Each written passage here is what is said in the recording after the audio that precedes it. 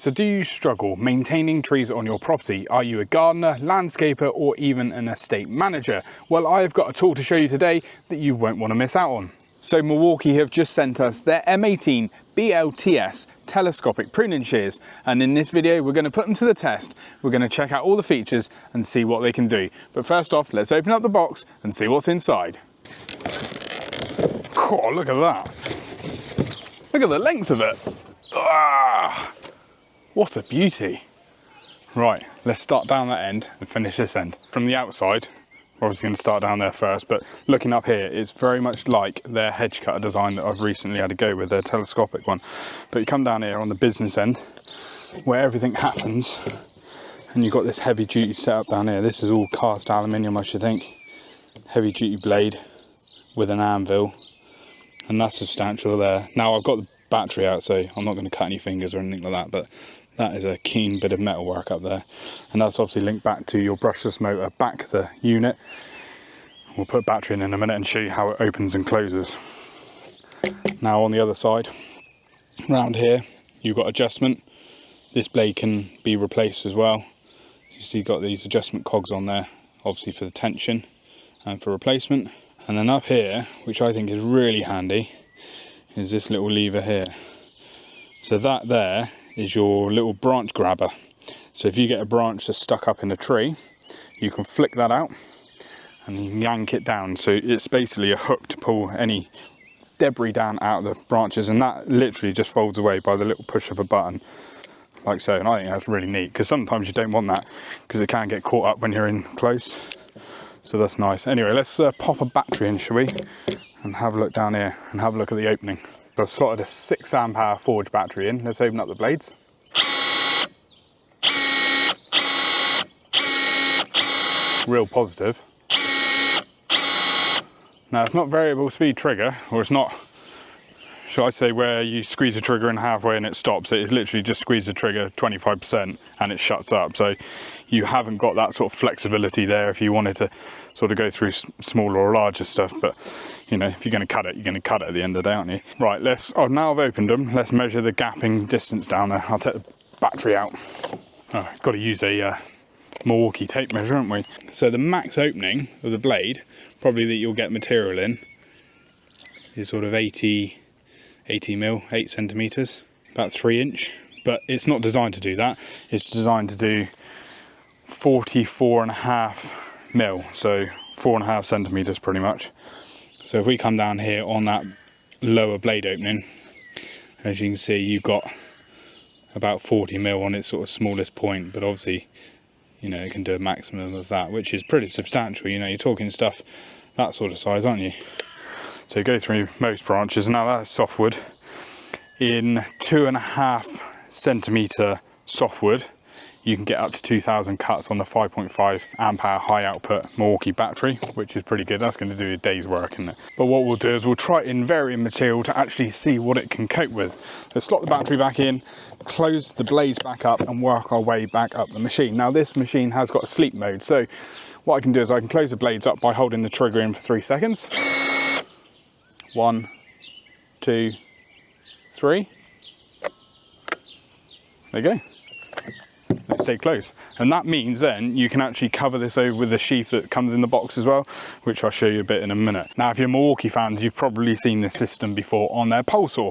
So nice system, you undo the cap like so, that unlocks it, you can then pull the shaft out, and the total reach is just over 3 meters, and that extends from 2.1, so it's going to give you plenty of scope when you're trying to get those branches that are up high. And just to lock it back in, you just turn it the other way and it basically clamps it all nice and tight. Now I've used loads of competitor machines in the past, so pole saws, hedge cutters, anything that is telescopic, and a lot of them still run on like a circular shaft. Trouble with that is there's no rigidity in it, so you get out to a height and actually it starts flopping, whereas with this one here, look, I'm putting all my weight on it and it's literally not bending, and that's because obviously of this thick shaft here and a square one up there. Pushing it back in again, nice and simple. It's not sprung loaded until you get to the bottom, whereas again, like a lot of others, you've got to keep pushing it down and then it pops back up again, and then you've got to hold it like that and hope that it doesn't go back out again. But yeah, That's a nice little design. Rubberized grip, rubberized down on the shaft as well. It's not going anywhere. Now moving down to the motor end, I was intrigued to see what's underneath this rubber cap, and it's actually an aluminium housing. So it's nice to see that they've put the strength between sort of your grip and down onto the shaft. It's quite hard to actually see, but it is in there, I promise. Now, trigger wise, he's got a very similar trigger to the chainsaws that he got, those top handles, where you have to flick that forward, push down, and then obviously squeeze up on your trigger at the bottom. Now, to be honest with this, I think it's going to be all right, because you're probably going to wear thinner gloves than you will chainsaw gloves. So I don't dismind that. You've got a nice rubberized grip there. And then moving back to the motor end, obviously you have a brushless motor, which has obviously got all those design features like the red link that Milwaukee use, and it runs on the M18 battery system. So it's flexible with the rest of the batteries you may already own. You've got loads of room to put bigger, higher capacity batteries on there. And you've got this lovely grab handle here as well, which we'll demonstrate later. But basically you can hold on to that, hold on to the shaft, upend it, and you should hopefully be able to get a lot more reach. So other bits you get in the box, you get this clamp system to put your harness on. You obviously get your harness, you get a little spanner for obviously adjusting the blades, and then you have this cover that I was talking about earlier, this little sort of shoe bit that will go on the ends of the blade. So they've got to be closed up, and that goes over the top like that. Just keeps everything neat and tidy. Right, I think it's time we go and put it to the test. Now, first job, and I might not be very popular after I've done this, I've got to slide this back. Now there is a joke there, because that is popular. Get it? Ah, it's lost on you, don't worry. Anyway, what I was going to mention is secateurs, pruners, hedge cutters, and all those other sort of things you get for your outdoor jobs. Cutting small stuff with a pulse saw isn't everyone's sort of favourite tool to use, because with small stuff you tend to find it might sort of bend over, get caught in your chain. It's fairly whippy. Same if you're sort of cutting palms or anything like that, anything very fibrous, you'll tend to find with a chainsaw it will get bound up. Secateurs and pruners, absolutely fine for your small stuff, but you can't get up to your tool stuff. And hedge cutters, yeah, again, hedge cutters are fine, but there's a limit to how big a size you can do. And this is where I think this machine is really going to come into its element. So let's don the gloves, put the helmet on, and get some cutting done.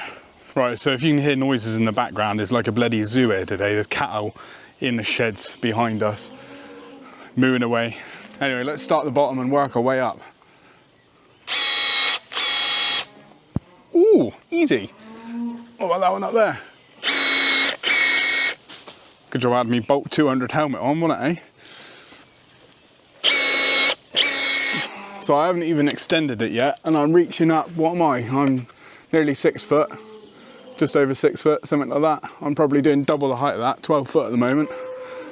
Let's try that heavier stick up there. Boom. Easy as that.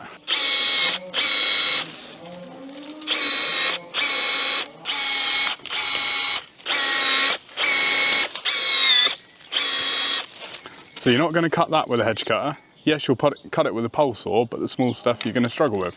Let's see if it'll cut it. Look at that. 40 mil. Cut it like butter. Right, let's try it down on the base now. That's got to be 50 mil surely. Look at it. It's a really clean cut as well. Let's put it to full extent and see what we can do. Now the weight of this thing, I forgot to mention, is 6.4 kilos. That's with the 5.5 high output battery in it. So it's certainly not heavy at all.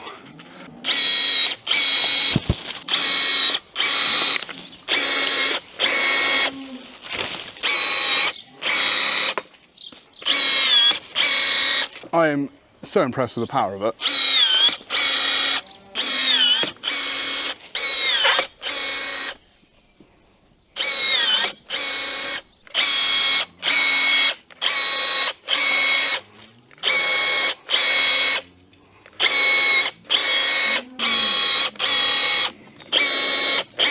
Now this is where a pole saw would probably struggle a little bit, because you'll get that sort of chattering from the small stuff. And also because it's quite fibrous as well, like I mentioned, it might sort of wrap in around your clutch cover.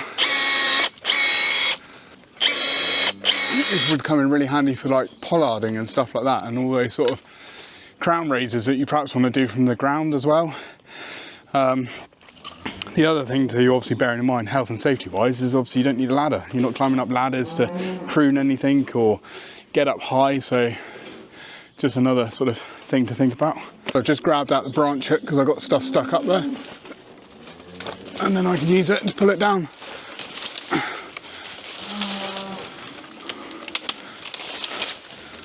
Then when you don't want to use it, push a little button, flick it back away. Nice.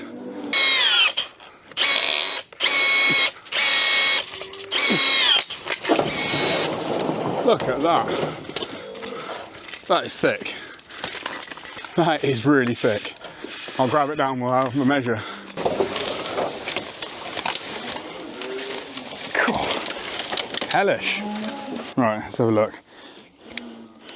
We are at 50 mil, so that's way past the maximum that it should do.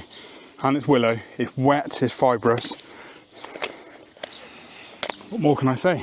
Now, smaller stuff like shrubs, I would probably get my M12 secateurs out to do the lower stuff, or even something like a hedge cutter, just for shaping. But again, like I said, it limits you to how high you can actually reach. I'm not going to get those ones up the top. So this is where the new telescopic pruners, or secateurs, really come into play.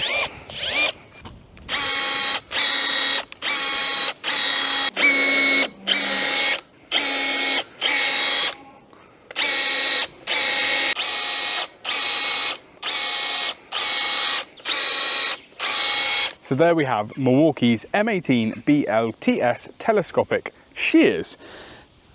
And I cut stuff that big with them, which you generally use a pole saw for. Now, there's a couple of things to mention. The speed of it, obviously, if you can use a hedge cutter and you can get up to that reach that you need, obviously a hedge cutter is going to be a lot quicker. But in thicker material, a hedge cutter is not going to do it. Pole saw wise, on the willow, as I mentioned, you know, it is a little bit more fibrous, is a little bit more woody. If you are to trap said branch coming down with a pole saw and you trap the guide bar, you're probably not going to get it back out again. Whereas with this, on the thicker stuff, you just kept munching through. It kept cutting until it finally actually cut through. On the smaller stuff, sort of 35 mil to up to 40 mil, which is what it's rated for, and just over, the cut is sublime. That is really, really clean. So if you're doing general garden maintenance, you're doing, like I say, reductions of hedges, anything like that, and you're getting into material this thick and you want a clean cut, that machine is going to be an absolute winner. At the start of the video as well, I mentioned how universal it is, should we say, of using other M18 batteries in this machine, and bigger ones. Now, I run it on a 6 amp hour forge, and you can fit an 8 amp hour in there absolutely fine. But what we did notice is if I just grab the 12 amp hour, yes, the 12 amp hour fits in there absolutely fine, but the only thing that limits you is your grab handle on the back. You've got a little bit less room to actually get your fingers in. So yes, you could use a bigger one in there if you're not too worried about using that rear handle, but 2,000 cuts on a 5.5 high output battery, you're going to be doing some serious work with it. So a 6 amp hour or an 8 amp hour forge is going to do you pretty much all the day, isn't it? It's strong, love that square shaft, there's no flex in it. You know, I could be really, really rough with that machine up in the branches and the trees, and there was no problem at all. And if you love Milwaukee content, we've got plenty more on our channel, and I've linked one down below, so check it out. We're Machinery Nation, and we bring you product videos every week all about tools and machinery. Please ding the notification bell, subscribe to the channel, and we'll see you in the next one. Cheerio!